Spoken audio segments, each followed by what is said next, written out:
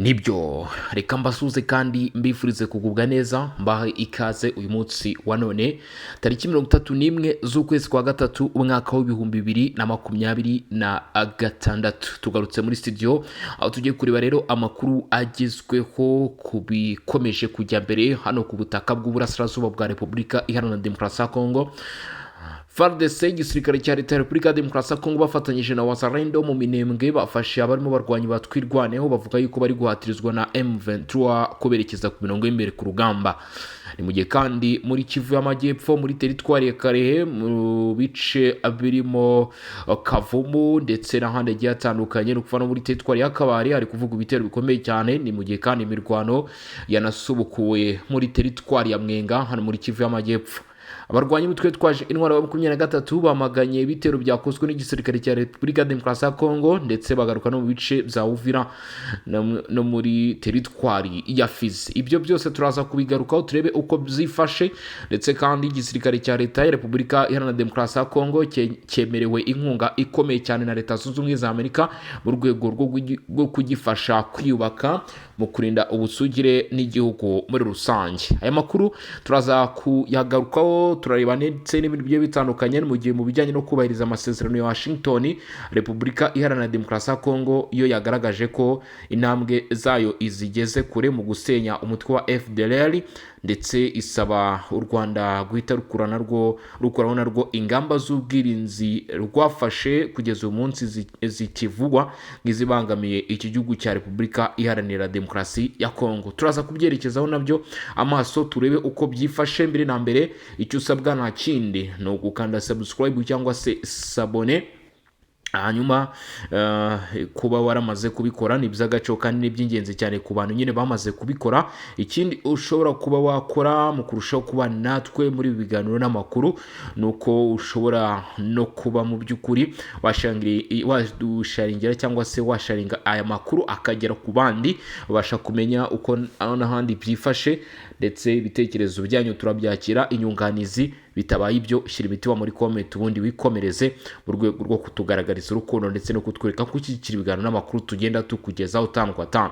Reka twinjire nta gutinda rero mu makuru akomeye cyane dore ko bimaze gutangazwa na M23 mutwe umaze kugaragaza ko umaze kujujubwa ku buryo budasanzwe n'ibitero by'igisirikare cya leta ya Repubulika ya Demokarasi ya Kongo. Drone zikomeye cyane zambaye mu buryo bw'ikoranabuhanga ndetse zizwiho kurasa ibisasu simusiga kuri ubu zimereye nabi abarwanyi mutwe twaje intwaro ya 23 nkuko babitangaje utwara Lawrence Kanyuka. Icyakoze bararenga bavuga ko ibitero ngo byanibase bimwe mu bice bituwe n'abaturage, ibyo uruhande rwa guverinoma ya Repubulika ya Demokarasi ya Kongo ruhakana rukavuga ko ibyo bitigeze bibaho.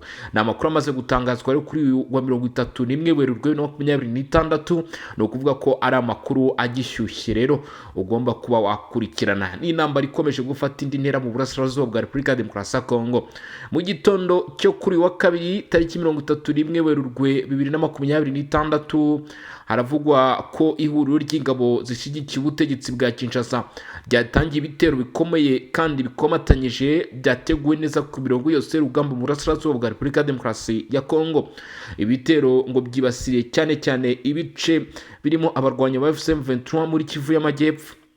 Amakuru aturuka ahantu batandukanye agaragaza ko iri huriro rigizwe n'ingabo za leta ya Repubulika Iharanira Demokarasi ya Kongo FARDC, imitwe ya Wazalendo ndetse n'igisirikare cyangwa se ingabo z'u Burundi FDNB aribo bafatanyije muri bitero byibasire by'umwihariko mu bice bigenzurwa n'inyeshyamba za M23 avuga ko byagabwe ahari aba barwanyi ndetse n'ahari ibirindiro by'izi nyeshyamba.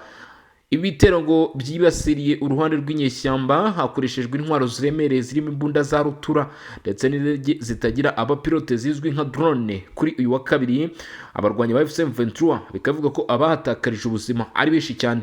Icyakoze M23 yo yahakanye yivuye inyuma ivuga ko ibyo bitero nubwo bivuga ko byagabwe mu bice igenzura bitigeze bigabwa ku birindiro byayo ndetse no ku barwanyi bayo, ahubwo ngo byagabwe kuba civile. Ibi uruhande rwa leta ya Repubulika ya Demokarasi ya Kongo kugeza ubu nubwo rutaratangaza rwivuye inyuma icyishunywa y'ibyo bitero, ariko bikaba bivugwa ko M23 imenyere kuvuga ibyo ngibyo yireguza ku bitero bikomeje kugenda bigabwaho, ivuga ko ibitero bigabwa ku baturage nyamara ntigaragaze uruhare rw'ibyo bitero mu guhitana abaturage, aho ibikomoza ivuga ko bigabwa ku mitungo ndetse n'inzu zabo. ibitero ku mirongo wa Minembwe biri kuhavugwa. Minembwe haravugwa ibitero byibasiye cyane imidugudu ya Rugezi, ibitero byibasiriye cyane imidugudu ya Karingi, Gakenke ndetse na Bidegu, aho abaturage bo mu duce bakomeje kuvuga ko bakomeje kugenda bumva urusaku ruremereye cyane rw'imbunda hanyuma barirukanka. Abaturage muri utu duce bakomeje kuvuga ko ibitero biri kwabera biri guterwa n'abarwanyi umutwe witwaje intwaro ya 23. Ibi bikavugwa n'abadashyigikiye uyu mutwe, bakavuga ko bitewe n'uko agaragariza inyeshyamba ari nayo mpamvu uruhande rwa leta ya Repubulika ya Demokarasi ya Kongo rubagabaho ibitero biramutse bibaye ngombwa ko izi nyeshyamba zitari muri bice badashobora kugabwaho ibitero.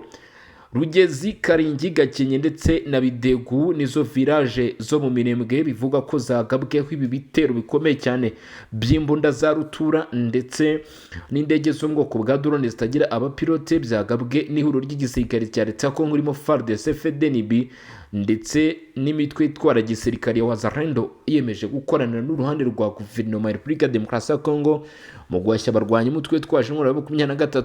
Amakuru avuga ko ibikorwa byo kurasa bikomeje ndetse nta gahenge kari kubarizwa muri bice, ibintu bituma abaturage benshi batabasha kuba mu by'ukuri baguma mu ngo zabo cyangwa se mu bice basanzwe batuyemo, ahubwo bagahunga mu rwego rwo kurengera ndetse no gutabara amagara yabo. N'ibikorwa by'intambara muri Karehe nanone naho byongeye kumvikana, ni mu gihe kandi Rubero naho havuga ibitero bikomeye cyane. Gusa kuri ubu Karehe, ku murongo wa Karehe, ingabo ngo ziriho zagabye ibitero ku midugudu irimo Rubimbishi ndetse n'inkengero zawo. Iki gikorwa kigaragaza urugamba ruri kwagurwa, impande zihanganye zisa n'iziyemeje gukaza umurego w'imirwano. Rubimbishi ngo haravugwa imirwano karundura karabutaka, ni mu gihe kandi ibitero bije biri kuvugwa ngaho Rubimbishi bije bikurikira amakuru avuga ko ubu tuvugana kuri uyu munsi, kuri uyu wa kabiri tariki 31 z'ukwezi kwa gatatu 2026 hari n'ibindi bitero byumvikanye bisatira igice cya Kavumu hazwiho kuba hari ikibuga cy'indege. Icyakoze ngo abarwanyi ba M23 babashe kwihagararaho bahagarika uwo muvundo ukomeye cyane w'ibitero byari byagabwe na Wazalendo. Aya makuru ngo abarwanyi ba M23 bakaba yamenye mbere hanyuma babasha guhagarika ibyo bitero. Ibi rero mu by'ukuri bikaba ari biri kuvugwa nanone muri aka gace ko muri teritwari ya Karehe. Tukiri muri ibice bya Kivu y'Amajyepfo, mbere uko twerekeza no mu yindi myanya, hari n'ibindi bice bikomeje kuvugwa mirwano. Ni muri teritwari ya Walungu muri groupement ya Rusinga, biravuga ko ibice birimo Ibanda naho bita Siherano naho havuzwe ibitero bikomeye cyane bya sebitanya abarwanyi benshi cyane umutwe twaje muri 23, ngo bikavuga ko ibi bitero bikomeye byaranzwe n'intwaro ziremereye, amasasu adasanzwe, ariko kandi bikavuga ko ngo ibi byakurikiye n'urugomo rukomeye cyane rwakura abaturage rukozwe n'abarwanyi ba M23 muri aka gace, aho bashinjaga abaturage kuba bari gukorana na Wazalendo. Kugeza ubu bivugwa ko ibitero byakozwe, bivugwa ko ngo impamvu byakozwe nuko byari bizwi ko abaturage ngo bari basanzwe babana neza na Wazalendo. M23 ikavuga ko ibitero byayigabweho hano muri teritwari ya Walungu byafite aho bihuriye n'aba baturage, akaba ari impamvu hakozwe ibikorwa nk'ibyo. Bikaba byamaganwe rero ku buryo budasanzwe, nk'uko amakuru aturuka muri aka gace abivuga. Abantu bo muri Mugogo bagabye igitero ku birindiro bya Wazalendo, bivuga ko barimo gushakisha abo Wazalendo n'imiryango yabo bagamije kubatsemba. Ngo muri iki cyiciro nibura abaturage 3 bamaze kubura ubuzima kandi ibikorwa birakomeje. Abango barabahora kuba bari bamwe mu bagize imiryango wa Wazalendo, kandi kabikomeje nanone kugaba ibitero kuri M23 muri teritwari ya Walungu nayo igahitana bamwe mu barwanyi. Bityo ngo ibyo bikorwa byakozwe muri aka gace bigafatwa nko kwihorera kuri Wazalendo ndetse n'imiryango yabo. Ati kubwizo rero hari kubaho ibikorwa byo kwamagana iryohoterwa rikomeje gukorwa, ndetse aho basaba imiryango ishinzwe uburenganzira bwa muntu gutabara, hakabaho guhagarika ibyo bikorwa. Mu minsi ishize M23 yarenze ku itegeko ryo guhagarika imirwano, kandi bigaragaza neza ko igamije kudasohoka muri utu turere n'uturere twigaruriwe yongera gusubiramo.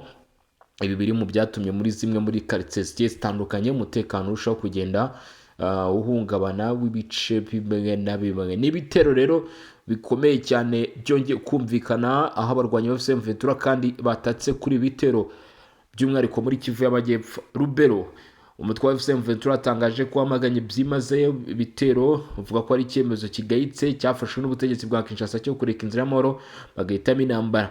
Ni mu gihe ibitero byumvikanye n'imwe mu myanya M23 avuga ko yasotsemo aho yaje gucakiranamo n'uruhande rwa leta. Ibi ngibi rero bikaba hari bikomeje kugaragaza ko kugeza kuri ubu ngubu hakiri umurongo muremure wo kwibaza igishobora gutanga amahoro n'umutekano hano mu karere ka Afurika y'ibiyaga bigari mu gihe nta gikozwe. Iyi mirwano ishobora kuzakomeza kubaho kandi ikaba ari imirwano ikomeje kugira ingaruka zikomeye cyane mu bice bimwe na bimwe. M23 iramagana ibi bitero bya Lumumbishi ndetse no muri iyi midugudu yo mu Minembwe irimo Rugezi, Karingi, Gakenke ndetse na Bidego. Kavuga kumvikanye ibitero bikomeye cyane kandi AFC M23 yamagana ibyo bitero, yavuze ko ibyo bitero byakozwe kandi byakoranwe imbaraga ndetse kandi bikaba byibasira ibice bituwe cyane. Mu makuru yandi akomeje kugenda amenyekana, abarwanya AFC M23 ngo bakaba bafunze uwo bita Julien Katembo Nderiye mu mujyi wa Goma. Uyu akaba yamaze gutabwa muri yombi ndetse ibi bikaba bivuga ko bifite aho bihuriye n'amakuru avugaga ko abarwanya ba M23 bamaze kuva mu bice muri kilometero 30 gusa. Aya makuru rero ngo akaba yemejwe n'abarimo Bertrand Bizimungu ndetse na Colonel Nanga mu nyandiko yo kumuta muri yombi, nk'uko iyi kopi yagiye ishyirwa hanze na bamwe mu bashyigikira uruhande rwa guverinoma ya Repubulika ya Demokarasi ya Kongo. Uyu Julien Katembo Ndariye yari meya w'umujyi wa Goma, akaba yakoranaga n'abarwanyi ba M23. Haribazwa ariko nanone igisubizo ku byaba byishe nyuma y'uko gutabwa muri yombi k'uyu meya w'umujyi wa Goma, aho bamwe bemeza ko bidasobanutse ibyavuzwe kwitabwa muri yombi rye. Mu yandi makuru ko bikomeje kugenda bivugwa n'ubundi hano muri Repubulika ya Demokarasi ya Kongo, muri Kivu y'Amajyepfo Plutôt mu burasirazuba bwa Repubulika ya Demokarasi ya Kongo, hakomeje kuvugwa imirwano. Amakuru atugera avuga ko ari imirwano yabaye hagati y'amakipe ya Wazalendo, amakimbirane yabaye hagati y'abarwanyi ba Mai Mai Wazalendo bo mu mutwe wa CNPCS ndetse n'undi mutwe witwa FBB. Amakuru atangwa n'imiryango iharanira inyungu z'abaturage no kuvuga za societe civile agaragaza ko ijoro ryose ryo kuwa mbere rishyira kuwa kabiri ryabaye iry'amasasu menshi, aho impande zombi zarasanaga bikomeye mu gace ka Katanga, kamwe mu duce tugize umujyi wa Baraka. Nk'uko aya makuru abivuga, umuntu umwe yarashwe n'isasu ahita asiga ubuzima, mu gihe abandi baturage benshi bagize ubwoba bukomeye, bamwe bagahungira mu bice bifatwa nk'aho bifite umutekano ugereranyije. Urusaku rw'amasasu ngo rwakomeje kumvikana no mu gitondo cyo kuri wa kabiri tariki 31 Werurwe, bituma ubuzima busanzwe buhagarara muri uyu mujyi. Societe civile muri aka gace irashinja bamwe mu basirikare b'igisirikare cya leta ya Kongo, cyane cyane abo mu mutwe wa Hibu hamwe n'abarwanyi ba Wazalendo bayobowe na Bishambuke, kuba ari bo nyirabayazana w'izi mvururu n'akajagari kateje umutekano muke muri Baraka. Nyuma y'ayo masaha y'imirwano no guhagarara k'ubuzima mu gitondo cyo kuri wa kabiri, byaje gutangazwa ko ituze ryagarutse mu mujyi, nubwo abaturage bagikomeje kugira impungenge z'uko imirwano ishobora kongera kubura, ubuzima bwabo bukaba bwakomeza kugenda buba mu kaga. Bibaye mu gihe ubusanzwe imiti y'Abazalendo ifatwa nk'ifatanya n'ingabo za leta ya Kongo mu rugamba zirimo kurwana n'umutwe wa M23 ikomeje gufata ibice bitandukanye byo mu burasirazuba bw'igihugu.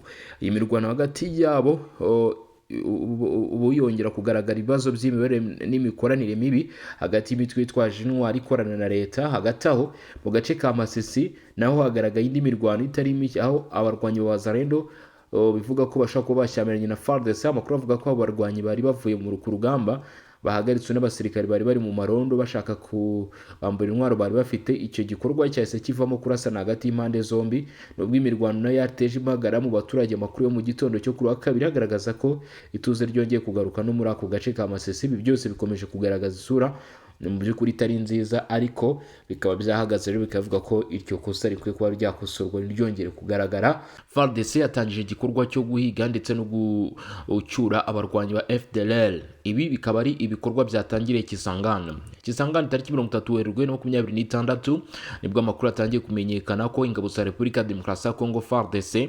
zatangije igikorwa ku mugaragaro, igikorwa kigamije guhiga ndetse no gucyura abarwanyi umutwe wa FDLR bakomoka mu Rwanda, akaba ari abarwanyi bose bakibarizwa ku butaka bwa Repubulika ya Demokarasi ya Kongo b'uyu mutwe w'inyeshyamba. Iki gikorwa cyatangijwe mu mujyi wa Kisangani mu ntara ya Chopo, kikaba kiri mu rwego rwo gushyira mu bikorwa amasezerano y'amahoro aherutse gusinyirwa i Washington.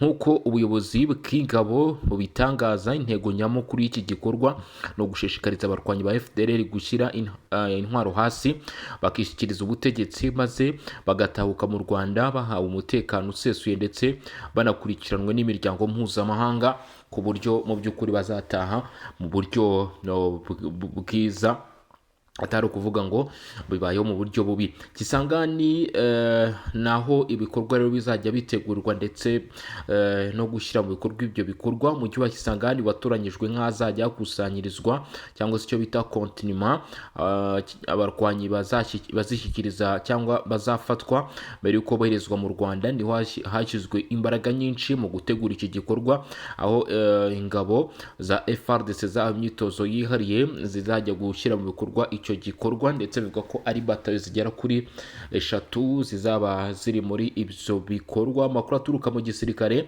cya Repubulika ya Demokarasi ya Kongo agaragaza ko imwe muri izo batayo yahawe ubumenyi buhanitse mu mirwano yo mu mashyamba, combat de jungle, ndetse ikaba yarahawe ibikoresho binyuze mu bufatanye bwa gisirikare hagati ya Kongo n'Ubufaransa mu rwego rwo kugira ngo bashyire mu bikorwa icyo gikorwa, dore ko Ubufaransa na Repubulika ya Demokarasi ya Kongo bavuga ko biteguye gukurikirana icyo gikorwa kigamije kurandura umutekano muke uri hagati y'u Rwanda na Repubulika ya Demokarasi ya Kongo. Iyi batayo biteganyijwe ko izoherezwa mu ntara ya Kivu y'Amajyaruguru, bivuga ko hari ibirindiro bikomeye bya FDLR. Imbogamizi zikomeye ziracyagaragara nubwo iki gikorwa cyateguwe neza. Hari imbogamizi zikomeye zishobora kubangamira ku rwego rw'umutekano iki gikorwa ndetse n'imikorere yacyo. Ibibazo by'igenzura ry'utundi turere, uduce twinshi FDLR ivugwamo kuba ifite yo ibirindiro nko muri Rucuru, Nyiragongo ndetse na Masisi muri Kivu y'Amajyaruguru, kuri ubu turi mu maboko y'ihuriro rya AFC M23, ibituma biba ngombwa ko ayo maboko abanza kwava kugira ngo FARDC ibashe kuhakorera neza. Ni ukuvuga ko bikenewe ko kugira ngo ibibazo bya FDLR bikemuke umutwe wa M23 wanza kwigira muri ibyo bice, dore ko kugeza kuri ngo utumvikana n'uruhande rwa leta ngo byibuze babe banafatanya. Icyo rero gigafatwa nk'imbogamizi zikomeye cyane kuri bibazo by'abarwanyi ba FDLR bagaragara muri bimwe mu bice bigenzurwa n'uruhande rw'inyeshyamba za M23, bityo bikazagorana gushyira hasi uyu mutwe mu gihe izi nyeshyamba zizaba zikibarizwa muri ibyo bice kandi zikaba zitari no mu bikorwa byo guhiga uwo mutwe. Hari ubufasha mpuzamahanga. Abayobozi mu by'umutekano bemeza ko hakenewe ubufasha bw'imiryango mpuzamahanga, cyane cyane umuryango w'abibumbye Loni, mu bijyanye n'ibikoresho, amakuru y'ubutasi ndetse n'ikorwa ry'itahuka ry'abo barwanyi. Gushyira imbere kwishyikiriza ku bushake bifatwa nk'intambwe ikomeye cyangwa se intwaro rutura yatuma uyu mutwe wa FDLR uhita ugera ku iherezo. Ariko mu gihe bidakozwe bikazaba imbogamizi zikomeye cyane kuko bizafata igihe mu guhiga abagize uyu mutwe, dore ko bivugwa ko hari n'abamaze kuba bakwivanga n'abaturage ba Repubulika ya Demokarasi ya Kongo. Leta ya Kongo igaragaza ko ishaka gushyira imbere uburyo bw'amahoro, aho abarwanyi bashishikarizwa kwishyikiriza ku bushake uruhande rwa leta hagamijwe kugabanya imirwano ishobora guteza ibibazo abaturage harimo n'impfu. Ngo biramutse bikozwe gutyo hakagira bishyikiriza uruhande rwa leta, bizakorohera impande zombi gukemura icyo kibazo. Ni ikizamini gikomeye ku mutekano w'akarere. Iki gikorwa gifatwa nk'ikizamini gikomeye ku ngabo za FARDC mu rwego rwo kugaragaza ubushake bwa leta ya Kongo bwo kugarura amahoro mu burasirazuba bw'igihugu. Ni igikorwa kandi gifitanye isano n'imihigo ya diplomasi iherutse gufatwa igamije guhagarika burundu imitwe yitwaje intwaro no kugarura umutekano usesuye mu karere. Abasesenguzi bemeza ko inzitizi y'iki gikorwa izaterwa ahanini n'ubufatanye bw'ibihugu birebwa n'iki kibazo, ubushake bw'abarwanyi ba FDLR bwo gushyira hasi intwaro ndetse n'uruhare rw'umuryango mpuzamahanga mu kugenzura no gushyigikira gahunda yo kubasubiza mu buzima busanzwe. Itangira ry'iki gikorwa rikaba ryakozwe rero Kisangani ndetse ibitangazamakuru bigiye bitandukanye bikaba byakurikiranye iby'aya makuru. Reka turebe rero inkuru dukesha BBC Gahuza igaruka ku itangira ry'iki gikorwa wumva turimo tugarukaho cyo gushyira hasi ndetse no gusenya burundu umutwe wa FDLR ubarizwa mu mashyamba yo mu burasirazuba bwa Repubulika Iharanira Demokarasi ya Kongo. Bati FARDC yatangije ibikorwa byo guhiga abarwanyi ba FDLR. N'umugaba w'ingabo wungirije wa FARDC wavuze ko ku cyumweru batangije ibitero byo guhiga abarwanyi b'umutwe wa FDLR bari ku butaka bwa Repubulika Iharanira Demokarasi ya Kongo nk'uko bivugwa n'ibinyamakuru muri icyo gihugu.